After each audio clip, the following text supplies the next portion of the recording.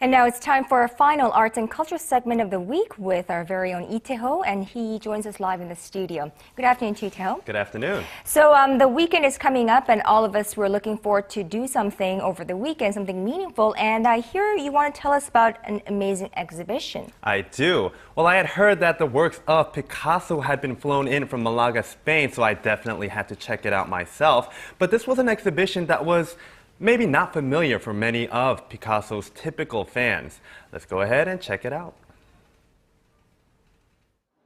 The Seoul Arts Center is home to some of the most amazing cultural works in all of Korea. And starting this week, it is home to some 200 pieces of artwork from Spanish painter Pablo Picasso.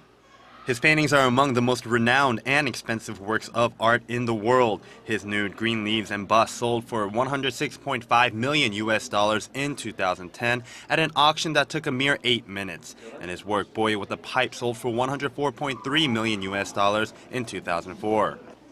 He was a legendary artist, there's no doubt about it. But who was he really as a person? Well, one thing is for sure, he was very passionate about his work.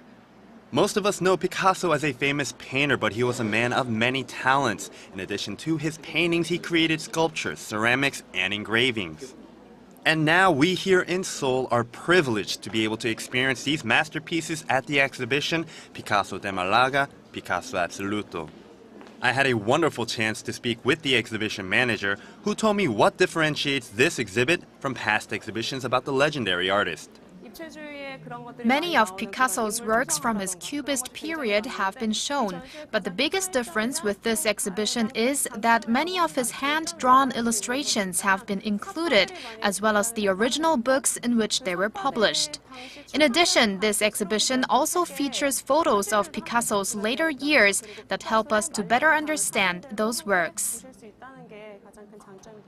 The exhibition is split into 4 sections, and the first was about the inspirational women in Picasso's life. These pieces behind me are of Jacqueline Roque, often regarded as one of Picasso's most powerful sources of inspiration. The second section featured Picasso's works about human nature. Section 3, which shows Picasso's still lifes and fauna, is where I started to see works that are not generally associated with Picasso.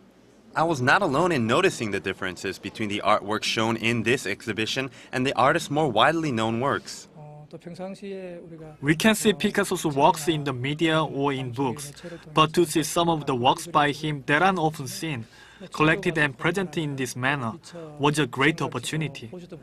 We can see his works reflect his ability to see the world as only he could and that he doesn't have the perception of an ordinary person. We only see what we see, but what amazing people see is truly amazing. One person's face seems like the face of 2 people, and the person may seem to be looking forward, while also appearing to be looking sideways as well. The latter portion of the exhibition is filled with sculptures and ceramics that were also a large part of his artistry. Among the 226 pieces of artwork on display, there were also many illustrations, sketches, and drawings. But it was the 4th section of the exhibition that was the most interesting for me.